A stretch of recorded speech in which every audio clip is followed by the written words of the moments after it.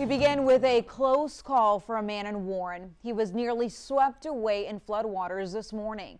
That's 67-year-old veteran Floyd Burleson. He woke up to water rapidly rising on his property, and this photo captures the moments that he had to be rescued from inside his van. Good evening, Southeast Texas. I'm Brenda Matuti. Burleson says this is now the second time that his property has flooded within the past 3 weeks.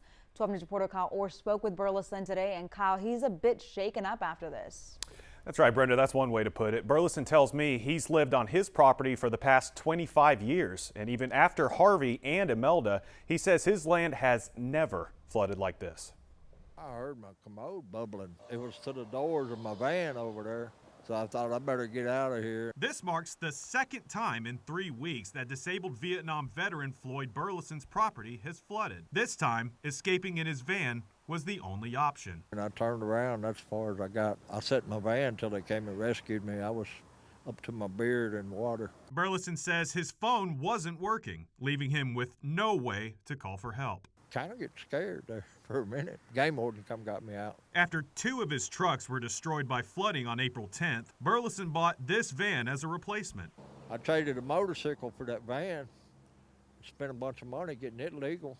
I don't know if they're salvageable or not. Burleson says damages are easily in the tens of thousands of dollars, and repairs to his home after the first round of flooding rendered useless. I got good 18 inches of water in my house. Got everything redone, smelling pretty good in there again. The house had never flooded. Burleson says he used to own the entire stretch of land on Warrior Drive from Highway 69 up to Black Creek. He said he sold the next door property to a local logging company last year. Now he feels the flooding is a result of this heightened embankment at the new business. If I got to relocate and buy another place to live, they ought to have to foot the bill. Burleson says before he can pursue legal compensation, he needs all the support he can get. I'm barefooted, but I'm okay. Thank everybody.